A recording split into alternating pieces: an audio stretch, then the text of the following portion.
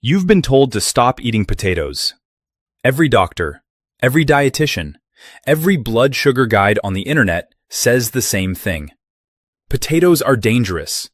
Potatoes spike your blood sugar. If you're over 60, potatoes are basically poison. And I'm going to be honest with you, they're not entirely wrong. A plain baked potato has a glycemic index of 85 to 90. That's higher than white bread, higher than table sugar. One medium russet potato can spike your blood sugar by 60 to 100 points in 30 minutes flat. So yeah, they have a point. But here's what they never told you. There's a preparation method, one change takes about 5 minutes, that can reduce that blood sugar spike by up to 33%. And in some clinical trials, even more than that. We're talking about a transformation at the molecular level. The starch itself physically changes shape. Your enzymes literally cannot break it down the same way. And the thing that gets me? This isn't new. This research has been published for over a decade. Lund University, the European Journal of Clinical Nutrition, peer-reviewed, repeatable, solid. But most doctors don't mention it, not because they're hiding it, but because a 15-minute appointment doesn't leave room for food chemistry. So tonight, I'm going to walk you through 7 methods, ranked worst to best, that change how potatoes affect your blood sugar.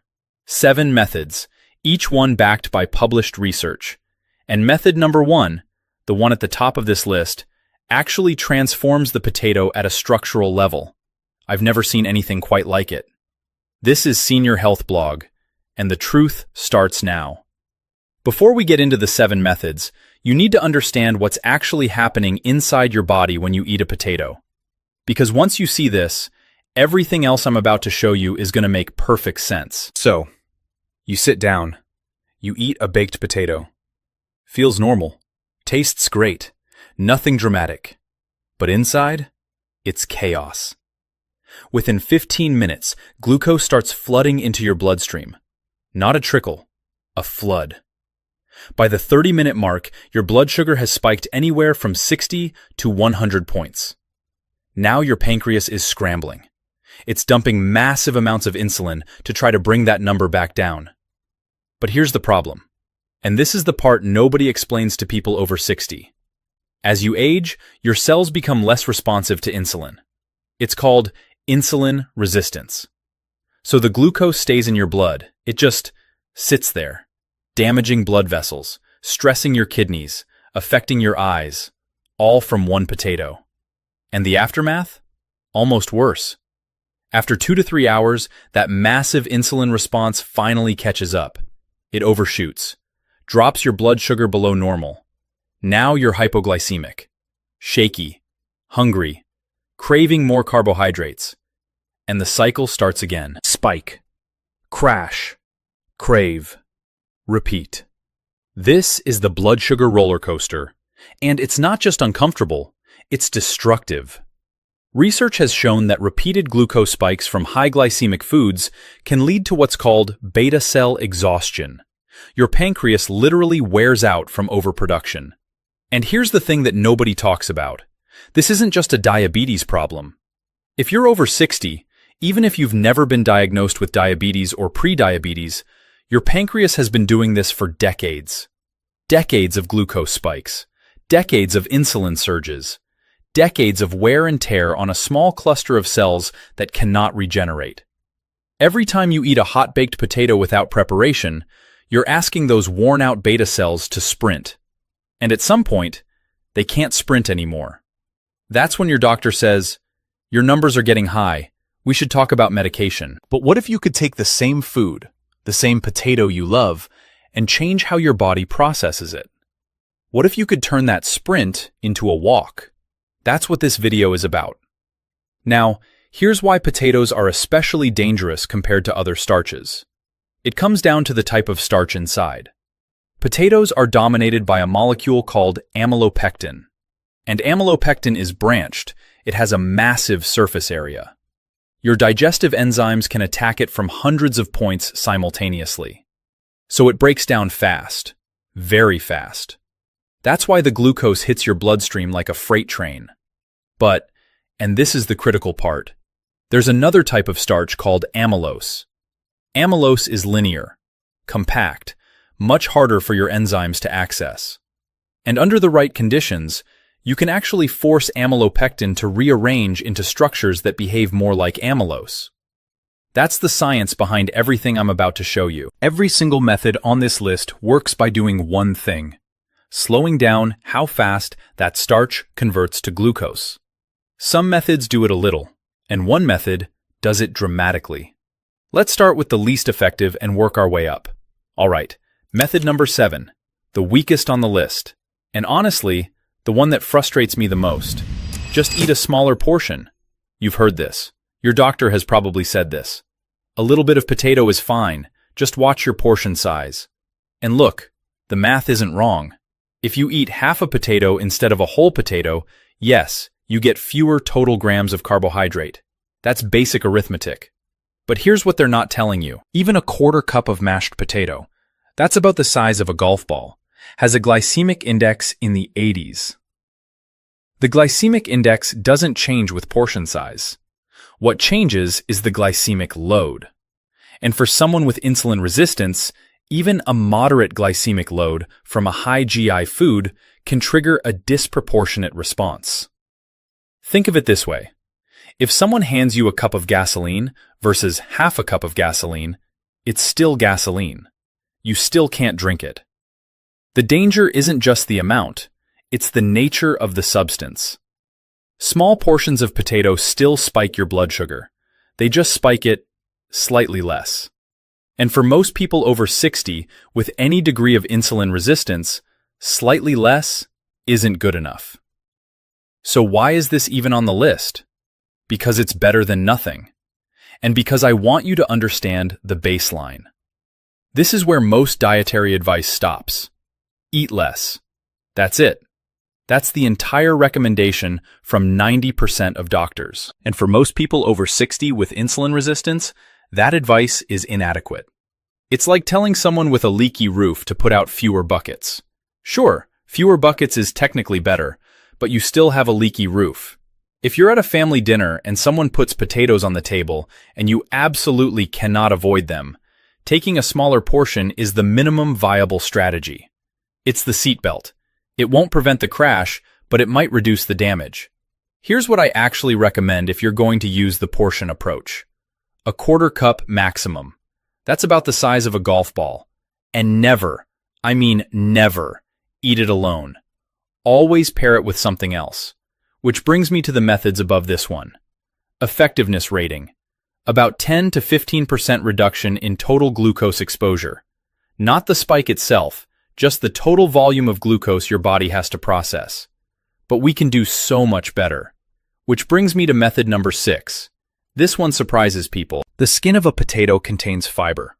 Not a massive amount, about 2 grams per medium potato, but fiber does something important. It creates a physical barrier that slows down enzymatic access to the starch inside. Think of it like wrapping a candy bar in cellophane versus leaving it unwrapped. The unwrapped one dissolves immediately. The wrapped one? Your body has to work harder to get through that outer layer first. When you eat a potato with the skin on, the fiber mixes with the starch during digestion and slows glucose absorption slightly. Some studies show a modest reduction in the glycemic response. We're talking somewhere around 10 to 12% compared to a peeled potato. Not life-changing, but additive. And this is important to understand. These methods stack. You don't just pick one, you layer them. And by the time we get to method number 1, you'll see how powerful that layering becomes. Now, here's something most people don't realize. The type of potato matters here too. A red potato skin has slightly more fiber than a russet skin. Sweet potato skin, if you actually eat it, has even more. But the principle is the same across all varieties. The skin adds a physical fiber barrier that slows enzymatic digestion of the starch underneath. I had a viewer email me last month. She'd been peeling her potatoes her entire life, 72 years old. Her daughter showed her this research and she started leaving the skins on. She told me, and I'm paraphrasing, "I can't believe something that small could matter." She tested her blood sugar before and after. She saw a difference, not dramatic, but measurable and consistent. And that's the thing about blood sugar management after 60. It's not one big dramatic change that fixes everything. It's a dozen small, consistent changes that add up over weeks and months. Now, quick practical note. This means mashed potatoes are the worst preparation for blood sugar. You've removed the skin, you've broken down every single cell structure, you've essentially pre-digested the starch for your body. Your enzymes barely have to do anything. Mashed potatoes have a glycemic index of about 87 to 90. That's higher than a freshly baked potato. Higher than most candy bars, honestly. And instant mashed potatoes? Even worse. The processing has already destroyed every natural barrier the starch had. So if you're going to eat potatoes at all, leave the skin on. Baked potato with skin. Roasted potato wedges with skin. Cubed and tossed in olive oil with the skin still attached. Never mashed, never peeled, never instant. Small change, but it stacks with everything else I'm about to show you. Now, method number 5 is where things start to get interesting. Because we're about to leave the potato itself and start talking about what you eat with the potato. And actually, before we move on, everything I've explained so far covers what happens during the day. But there's a whole other side to this. What happens to your blood sugar while you sleep? That's actually something I wrote a full guide about. It's called The Midnight Insulin Trap. I'll leave the link in the description below. But right now, let's keep going, because method number 5, this is where the research gets really compelling. Okay, stop for a second. Think about the last time you ate a potato. Was it by itself? Just a plain baked potato, nothing else? Probably not. But I bet there were times when the potato was the main event on your plate. A loaded baked potato. French fries as a side. Hash browns at breakfast with mostly bread and juice. Here's the problem. When you eat a potato alone, or with other carbohydrates, there's nothing slowing down that glucose avalanche. But when you pair that potato with protein, things change. A study published in the American Journal of Clinical Nutrition tested this exact scenario. They measured the glycemic response to a plain potato versus a potato eaten with a chicken breast, a small amount of oil, and a side salad. The glycemic index of the pure mashed potato was 108. With the protein and fat, it dropped to 54. I'm going to say that again, from 108 to 54. That's a 50% reduction, just by adding protein and fat to the same meal. Why does this work? 2 reasons. First, protein and fat slow gastric emptying. That means your stomach takes longer to push food into your small intestine, where glucose absorption happens. So instead of getting hit with a wave of glucose in 15 minutes, it trickles in over 60 to 90 minutes. Second, protein stimulates a hormone called GLP-1, glucagon-like peptide 1. GLP-1 not only slows digestion further, it actually helps your pancreas produce insulin more effectively. So you get better insulin response with a slower glucose curve. The practical rule here is simple. Never eat a potato alone. Always pair it with a solid protein source. Chicken, fish, eggs, even a good portion of cheese, and a fat source like olive oil or butter. And this isn't just good advice for potatoes. This applies to every starchy food you eat. But don't get too comfortable yet, because the next method takes this concept even further. This one, honestly, when I first saw the research on this, I was skeptical. I thought, come on, vinegar? That's an old wives' tale. It's not. Researchers at Lund University in Sweden, same university that did the chilled potato research, ran a study specifically on vinegar and potatoes. They tested 4 meals: freshly boiled potatoes, cold-stored potatoes with a vinaigrette dressing, and white bread as a control. All meals contained the same amount of available carbohydrate. Here's what they found. Cold storage alone increased resistant starch and improved the blood sugar response. But when they added vinegar dressing to the cold-stored potatoes, the combination produced the lowest glycemic and insulinemic response of any meal tested. Why? The acetic acid in vinegar does three specific things. First, it inhibits an enzyme called alpha amylase. That's the enzyme in your saliva and your small intestine that breaks starch into glucose. Less enzyme activity means slower starch digestion. Second, acetic acid slows gastric emptying, similar to protein, but through a different mechanism. It literally delays how fast food moves from your stomach into your small intestine. And third, this is the one that really got my attention. Acetic acid appears to improve insulin sensitivity in skeletal muscle. A systematic review and meta-analysis published in Diabetes Research and Clinical Practice found that vinegar intake can meaningfully reduce postprandial glucose and insulin responses, particularly when consumed with high-glycemic meals. The practical protocol is this: 1 to 2 tablespoons of apple cider vinegar, or any vinegar, honestly, it's the acetic acid that matters, mixed in water, consumed 5 to 10 minutes before eating any potato or starchy meal. Or even simpler, dress your potato salad with an olive oil and vinegar dressing. Same effect. And it tastes good. Now, I have to give you a warning here. If you're on certain medications, especially diabetes medications that already lower blood sugar, adding vinegar can potentially cause your blood sugar to drop too low. Talk to your doctor before implementing this. Seriously. All right, method number 3. This is where most people go, "Wait, what? Nobody told me about this." Here's a question I want you to think about. When do you usually eat potatoes? Dinner, right? Most Americans eat their heaviest starch at dinner. Mashed potatoes with gravy, a baked potato alongside steak, fries with a burger at 7 p.m. And that is a mistake, a big one. And it has nothing to do with the potato itself. It has to do with your circadian rhythm. See, your insulin sensitivity changes throughout the day. In the morning and early afternoon, your cells are most responsive to insulin. They open up. They accept glucose efficiently. Your pancreas doesn't have to work as hard, but as the evening approaches, insulin sensitivity drops significantly. The same food that causes a moderate blood sugar response at noon can cause a massive spike at dinner. Research published in multiple studies on circadian glucose metabolism has confirmed this pattern. Your body is essentially designed to process carbohydrates earlier in the day. So the timing rule for potatoes, and honestly, any starchy carbohydrate, is simple.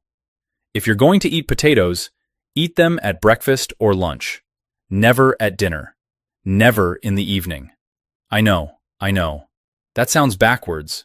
Potatoes at breakfast? But think about it.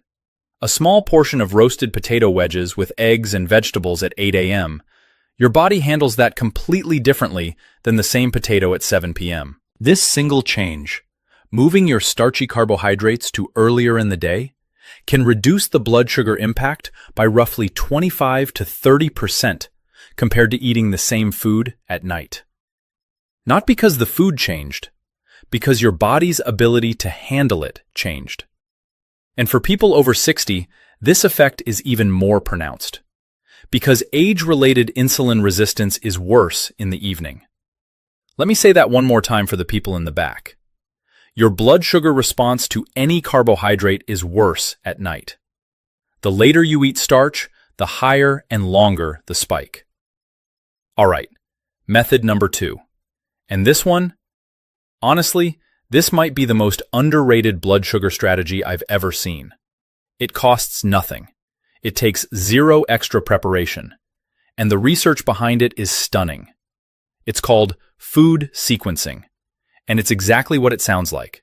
The order in which you eat the foods on your plate. A 2025 study published in Diabetes Care, that's the official journal of the American Diabetes Association, tested what happens when people with type 2 diabetes eat their carbohydrates last versus first in a meal.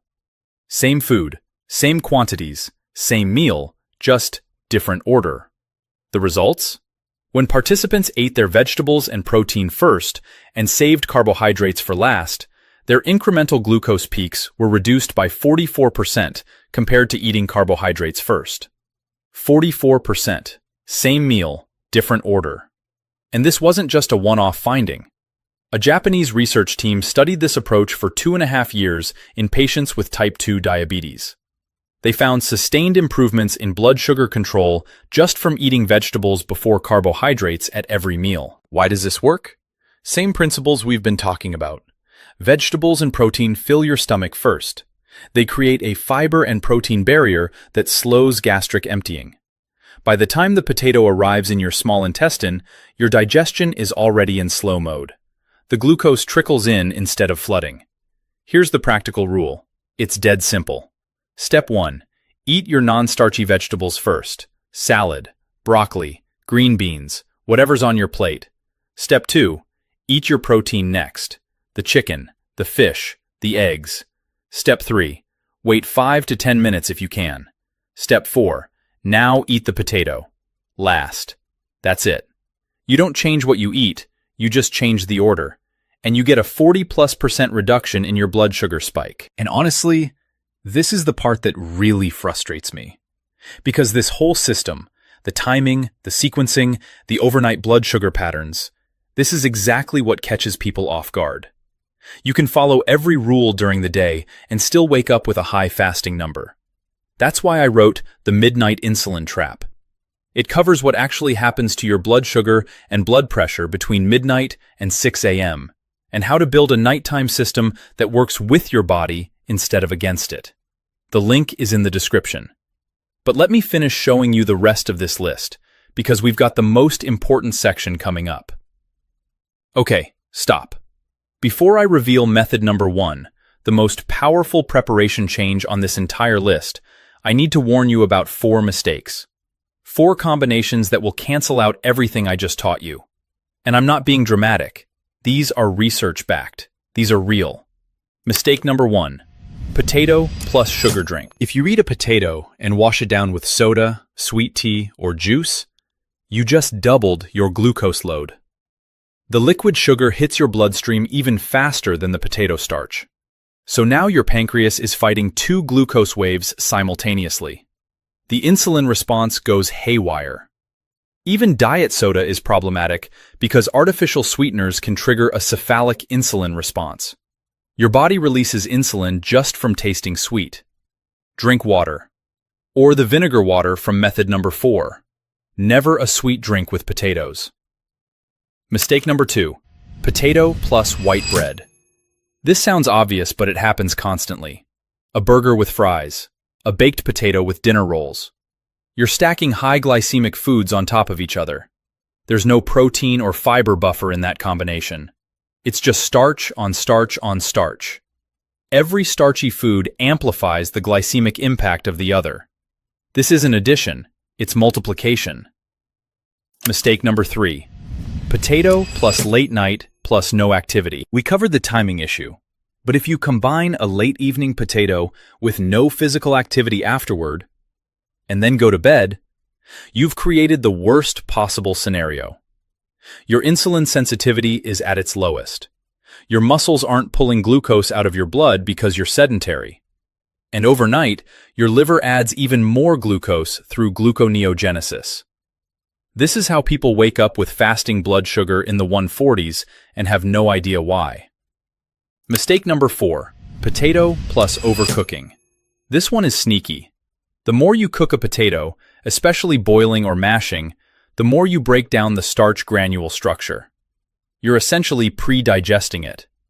Mashed potatoes and instant potatoes have the highest glycemic response of any potato preparation, even higher than French fries in some studies.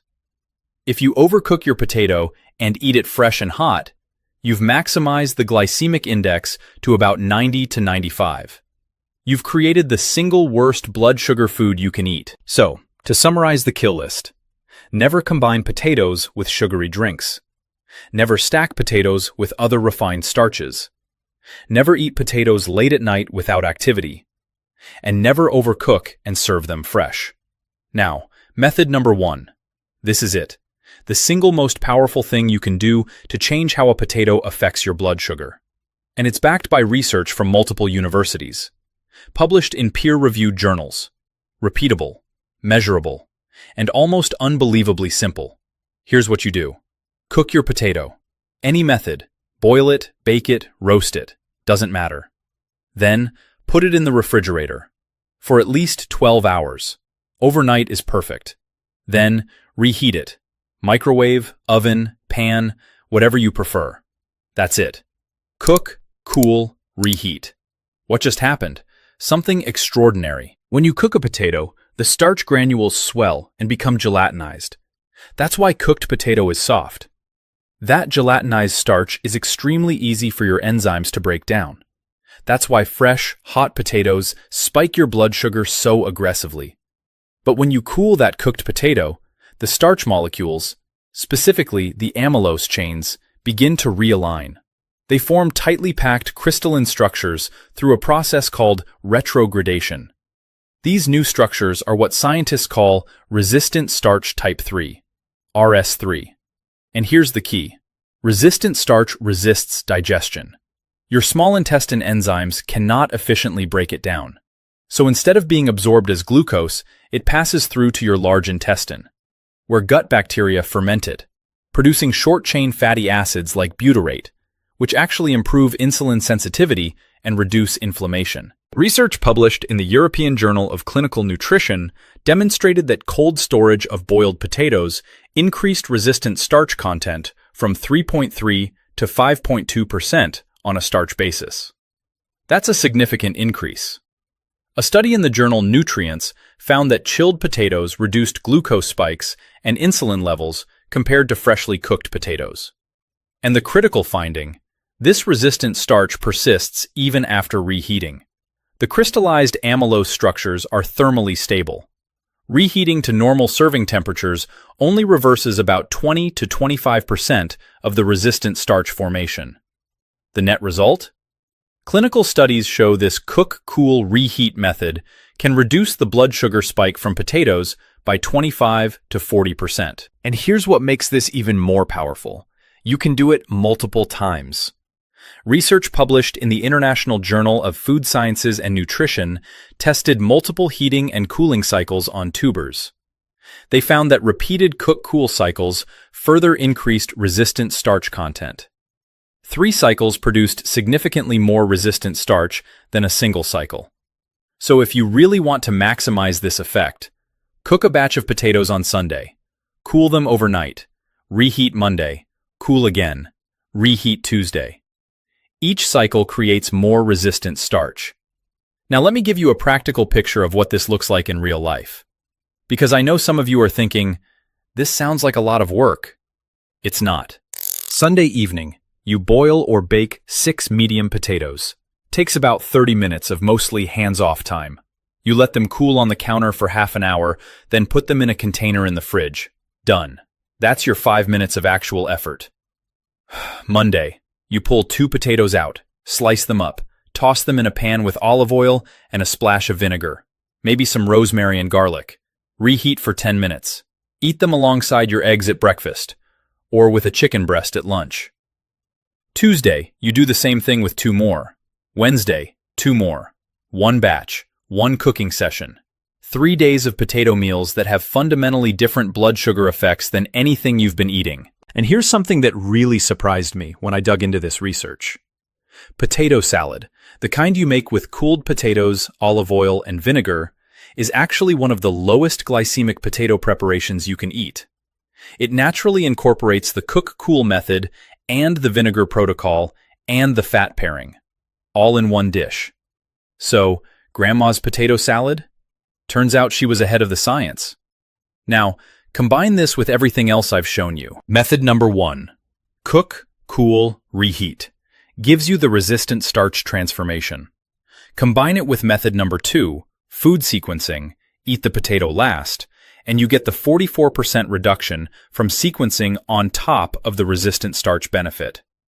Add method number 4, the vinegar protocol, and you're inhibiting the enzymes and slowing gastric emptying. Add method number 5, protein pairing, and you've slowed digestion even further and stimulated GLP-1. And do all of this at breakfast or lunch, method number 3, when your insulin sensitivity is highest.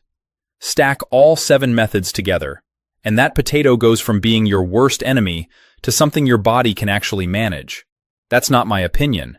That's published science from universities in Sweden, Japan, Australia, and the United States. All right, here's your step-by-step action plan. And I want you to really listen to this part, because knowing all 7 methods means nothing if you don't actually implement them. So let me make this as simple as possible. Start tonight. Step 1. Cook a batch of potatoes today. Boil or bake, doesn't matter. 5 or 6 medium potatoes. Do them all at once. Then put them in the refrigerator in a covered container. Leave them overnight, at least 12 hours. Longer is better. 24 hours is even better. Step 2. Tomorrow morning or at lunchtime, not dinner, reheat them. Microwave for 2 to 3 minutes. Oven at 375 for about 10 minutes. Stovetop in a pan with a little olive oil. Doesn't matter, just reheat them. Step 3. Before you eat that potato, eat your vegetables first. A side salad, some steamed broccoli, green beans, whatever you have. Then your protein, chicken, fish, eggs. Wait 5 to 10 minutes if you can manage it. Then eat the potato. Last. Step 4. Drizzle them with an olive oil and vinegar dressing before eating. Apple cider vinegar is fine. White wine vinegar is fine. Red wine vinegar works too. It's the acetic acid that does the work, not the flavor. Step 5. Keep the skin on. Always. Never peel, never mash. Roasted wedges or cubed pieces with the skin intact are your best options. Step 6. Never eat potatoes alongside bread, rice, pasta, or another starchy food. 1 starch per meal, that's the rule. If you're having potatoes, the potato is your starch, nothing else. Step 7. Test yourself. Get a simple glucose monitor if you don't have one already. Check your blood sugar before eating. Check it again at 30 minutes, and again at 60 minutes. Write down the numbers. Do this for 1 week. Because here's what's going to happen. The first time you eat a cook, cool, reheat potato with vinegar dressing paired with protein, vegetables eaten first at lunchtime, and you see your blood sugar number, you're going to look at that number and think something must be wrong with the meter. It's not wrong. That's what happens when you stack all 7 methods together. 1 preparation change, 5 minutes. And the science says your blood sugar response drops by 1/3. In some cases, significantly more than that. That's not a miracle. That's not a supplement you have to buy. That's not a prescription. That's chemistry. Simple, repeatable food chemistry. And it's available to you right now, starting tonight. I want to hear from you. Drop a comment below and tell me, were you eating potatoes the wrong way? Which method shocked you the most? Was it the food sequencing? The cook, cool, reheat? The vinegar protocol? Tell me. I read every single comment, and honestly, the conversations in this comment section are sometimes better than the video itself. And if this is the kind of truth you want to hear, the stuff your doctor doesn't have time to explain in a 15-minute appointment, drop the words, "I deserve the truth," in the comments. Let's build this community together. Now, one more thing before you go. If this video covered what happens to your blood sugar when you eat, the question you should be asking is, what happens at night? Because for most people over 60, the overnight hours are when the real damage happens. Your liver dumps glucose between 2 and 4 a.m. Your cortisol surges before dawn. And most people wake up with a high fasting number and have absolutely no idea why. That is exactly why I created the Midnight Insulin Trap. It walks you through what changes in your body after 60, why your morning numbers are high even when you eat perfectly during the day, and how to build a simple nighttime system.